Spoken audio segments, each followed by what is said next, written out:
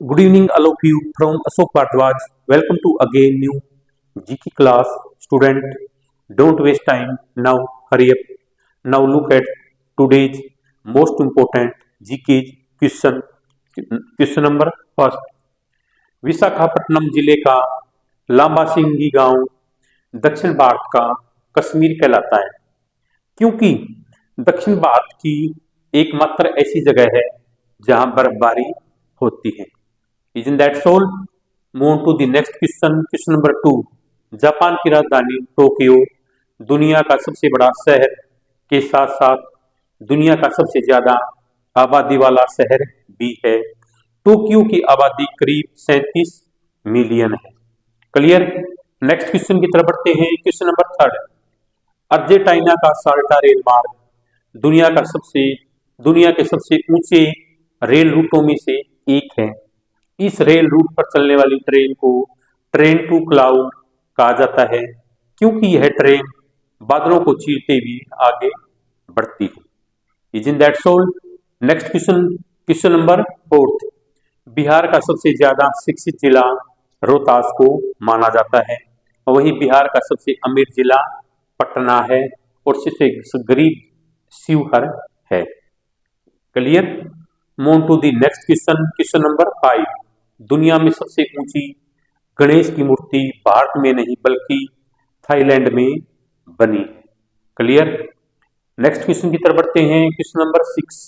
भारत में कुल 797 जिले हैं। इंडिया के अंदर 794 डिस्ट्रिक्ट हैं। इनमें से 752 जिले राज्यों में और 45 जिले यूनियन टेरिटरीज यानी केंद्र शासित प्रदेशों में से हैं। इनमें राजस्थान जयपुर का, जो जयपुर की कैपिटल भी है और डिस्ट्रिक्ट भी है, राजस्थान का जयपुर जिला देश का सबसे अमीर जिला है। Isn't that so? Move to the next question number 7. New York का सेंट्रल पार्क पूरे मोनाको देश के आकार के लगभग 2 गुना है। Move to the next question number 8.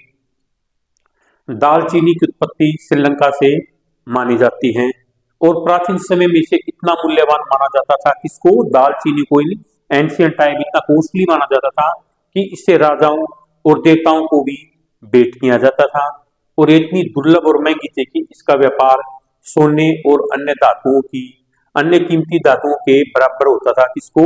भाई दालचीनी को, जो आप वेजिटेबल वगैरह में भी यूज करते हैं, इसकी उत्पत्ति श्रीलंका से हुई और इसको उस समय इतना मूल्यवान माना जाता था कि इसको प्राचीन समय में इसको इतना मूल्यवान माना जाता था, इतनी महंगी और दुर्लभ वस्तु है, इसको इतना मूल्यवान माना जाता था कि वे देवताओं को, राजाओं को भेंट किया जाता था और इसका व्यापार सोना और अन्य कीमती धातुओं के बराबर, उसके इक्वल में इसका ट्रेड होता था। किसका?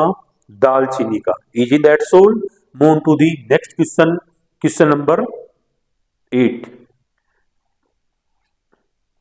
9. भारत का आदर्श राष्ट्रीय वाक्य सत्यमेव जयते है। भाई इंडिया का की भाई आइडल नेशनल, भारत का राष्ट्रीय आदर्श वाक्य सत्यमेव जयते है। यह वाक्य मुंडकोपनिषद के श्लोक से लिया गया है, जिसका अर्थ है सत्य की सदैव जीत होती है। Isn't that so? Move to the next question number 10. Vietnam में काजू की खेती की शुरुआत 19वीं सदी में हुई थी। Students, today's most important class ended here, so that's for enough today.